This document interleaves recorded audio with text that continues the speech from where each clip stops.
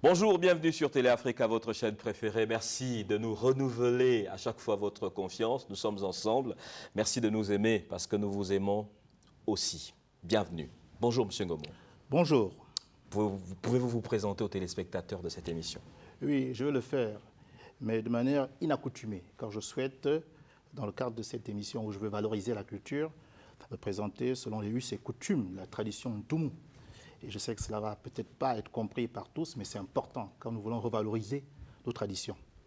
Maintenant, je suis Mongomo, Mongomo Mbe, un verbe bosso, abosso Obama, Obama moto Ngongo, et Ngongo et Obama, Obama so, asso Messer, Messer cup, au cup misem, misem ze so, ngoro, ngoro bois, au bois mokom, mokom bokoko bongba, ngba asso Ntumu, Ntuma firi.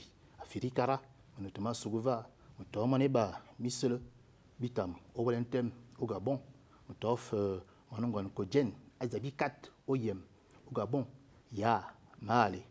Voilà ce que je peux dire simplement. Ça, c'est une présentation traditionnelle. Oui, la présentation classique que vous exigez à corps et à cri est simple. Je suis Privat Ngomo, diplômé de l'Académie de Montpellier, en France, option mathématiques, informatique, je suis informaticien. Et actuellement, j'exerce la fonction de chef de projet sur la cybersécurité à l'Agence nationale des infrastructures numériques et des fréquences qui est rattachée à la présidence de la République. Voilà. Je vais vous dire pourquoi je vous ai invité, M. Ngomon. Nous en avons parlé en off, mais très sincèrement, le Gabon est un pays qui fait la promotion de l'unité nationale. Il est véritablement uni, ce pays. J'ai appris que vous allez organiser au mois de décembre prochain un festival qui mettra à l'honneur la communauté, festival par ailleurs dénommé Elarion et Caen. Oui. Et puis finalement, attendez, vous savez, moi je m'intéresse à tout ce qui est Congossa et gossip. Je prête mon oreille et lorsqu'on parle ici et là, les gens m'appellent. Alors, il y a des choses qui se disent déjà sur ce festival à venir, M. Ngomon. Dans un premier temps, je vous laisse le soin de présenter ce festival. Oui, il est important de dire que nous devons plus que jamais conserver nos traditions et les pérenniser pour les futures générations. J'appartiens et j'occupe la fonction de secrétaire général d'une association culturelle et transnationale de droit camerounais que nous avons dénommée Association Elarion et Caen. Cette association a pour mission non seulement de conserver et de promouvoir notre tradition, mais également de la revitaliser et d'interpeller la jeunesse sur son rapport avec sa langue vernaculaire et avec sa propre culture. Et dans le cadre de ce festival que nous voulons réaliser à Yaoundé et à Kiossi au cours du mois de décembre, eh bien, nous souhaitons célébrer la culture et Caen, la civilisation et Caen, afin qu'elle ne meure pas. Voilà ce qu'il faut retenir de l'ambition que nous nous sommes affichés dans le cadre de cette rencontre qui doit réunir toute la communauté écan de la CEMAC. Question, est-ce logique que les gens au quartier parlent déjà de repli identitaire en associant justement ce terme-là à votre festival? Le terme de repli identitaire a une résonance fortement politique. Nous voulons d'abord parler de culture.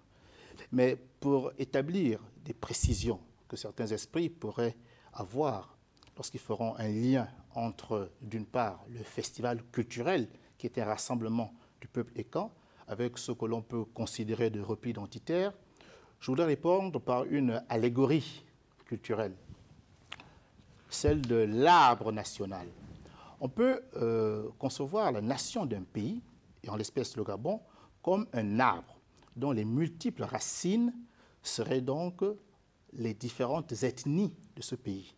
Chacune des racines essayant de s'enfoncer au plus profond de la terre pour épuiser la sève nourricière. Cela veut dire que les différentes racines qui sont des ethnies ont chacune leur identité, leur personnalité, leur culture. Et nous sommes, si vous voulez, dans une sorte de culturalité ethnique verticale.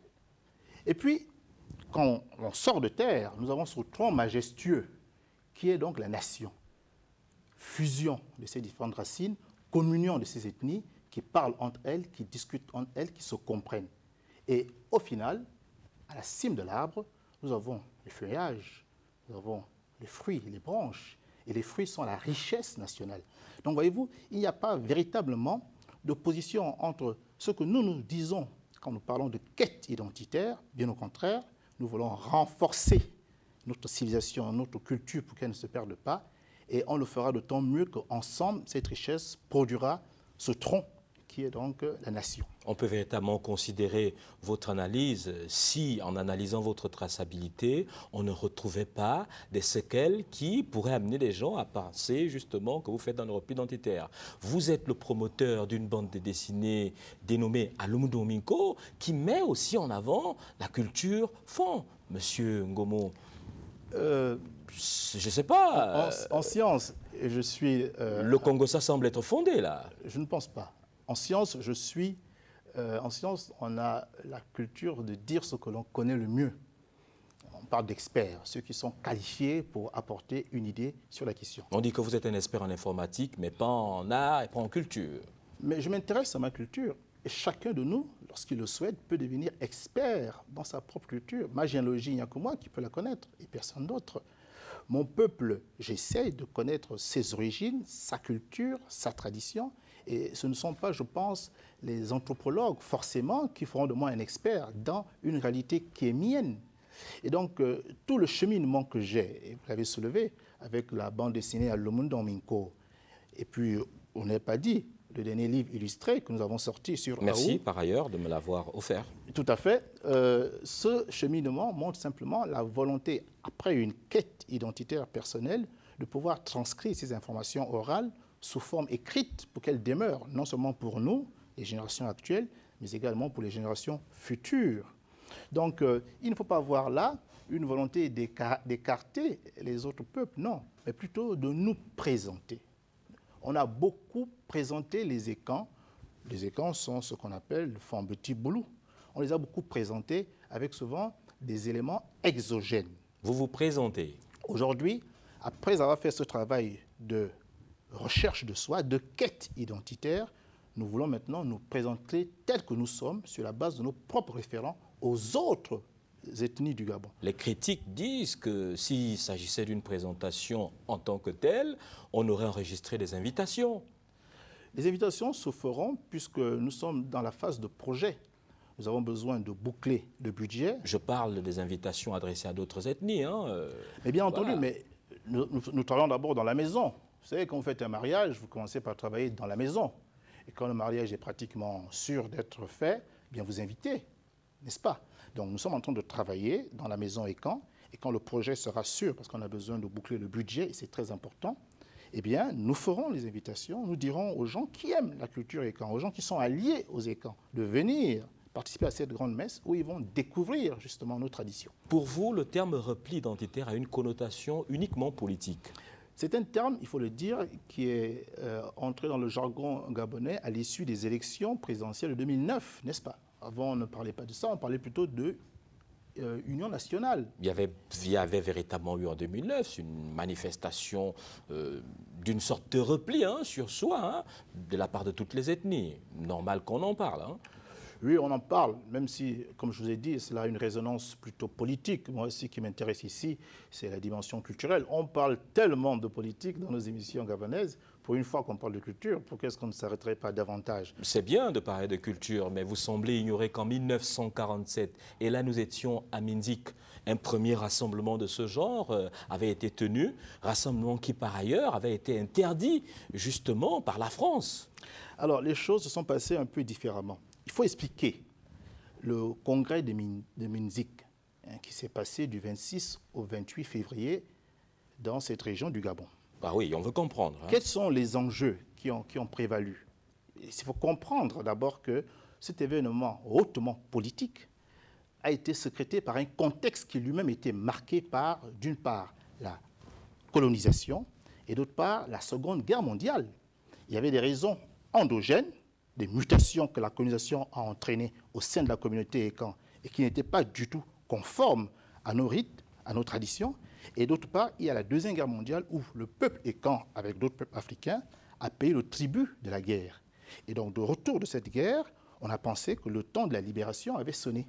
Au lieu de ça, la France va consacrer dans la 4e République, qu'on appelait la République de l'Union française, en octobre 1946, elle va consacrer donc la 4e République qui va maintenir les colonies sous forme de territoire ou de département, mais toujours sous tutelle. Le peuple lécan va donc décider de prendre son destin en main et de faire cette grande réunion qui avait pour mission de créer un État. Nous sommes en 1947. C'est une position avant-gardiste. Pourquoi? Parce que 13 ans plus tard, en 1960, eh bien, nous aurons les indépendances des différents pays de la zone francophone. Les mêmes causes produisent parfois les mêmes effets. Or, Rassemblement et camp en 1947, hautement politique. Aujourd'hui, après, bien évidemment, les séquelles de 2009, on organise finalement un autre festival qui n'a peut-être rien à voir, mais qui, à raison ou à tort, peut amener, et a amené par ailleurs les puristes à s'interroger sur les véritables raisons. Serait-ce des raisons de repli? Serait-ce des raisons plutôt, je ne sais pas, pour oui, pouvoir fédérer les uns et les autres? oui, mais il s'agit de quoi exactement? vous donnez un caractère politique bien gabonais de ce festival. J'ai tenu à dire que l'association et l'Arayan-Ouikan qui initie ce festival est de droit camerounais. Et la réalité politique du Cameroun n'est pas celle du Gabon, n'est pas celle de Guinée équatoriale. Mais ce qui importe, c'est que le contexte dans lequel nous sommes et qui est traversé par l'ensemble de ces pays montre à suffisance que la déperdition culturelle en Afrique est de plus en plus accentuée. Il faut apporter une réponse culturelle. Le festival et l'Arayan-Ouikan est une de ces réponses, c'est-à-dire rassembler une communauté qui prend conscience qu'elle perd ses racines, faire en sorte que cette communauté célèbre sa tradition, organise donc une sorte de tradition progressive et annuelle de ces rencontres pour que les enfants, les générations actuelles et les générations futures vivent la tradition. Et cela n'a, à mon sens, aucun rapport avec le repli identitaire. Bien au contraire, nous sommes en train de renforcer une racine et camp pour que justement cette force culturelle nous permette de mieux nous préparer à affronter le monde qui, comme vous le savez, est devenu un petit village planétaire. Il ne s'agit donc nullement de bousculer la francophonie, parce qu'il y en a qui parlent aussi, justement, d'une éventuelle création de ce qu'on appellerait francophonie. Vous parlez de Cameroun, on parle franc là-bas, Gabon, on parle franc ici, Guinée équatoriale, on parle franc. Par ailleurs, en Guinée équatoriale, vous le savez, 2013-2014, cette année-là voit la consécration du franc comme étant la langue nationale dans ce pays.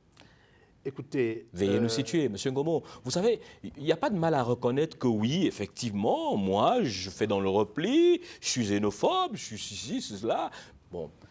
Non, si c'était vrai, je le dirais, mais je pense que ce n'est pas mon cas.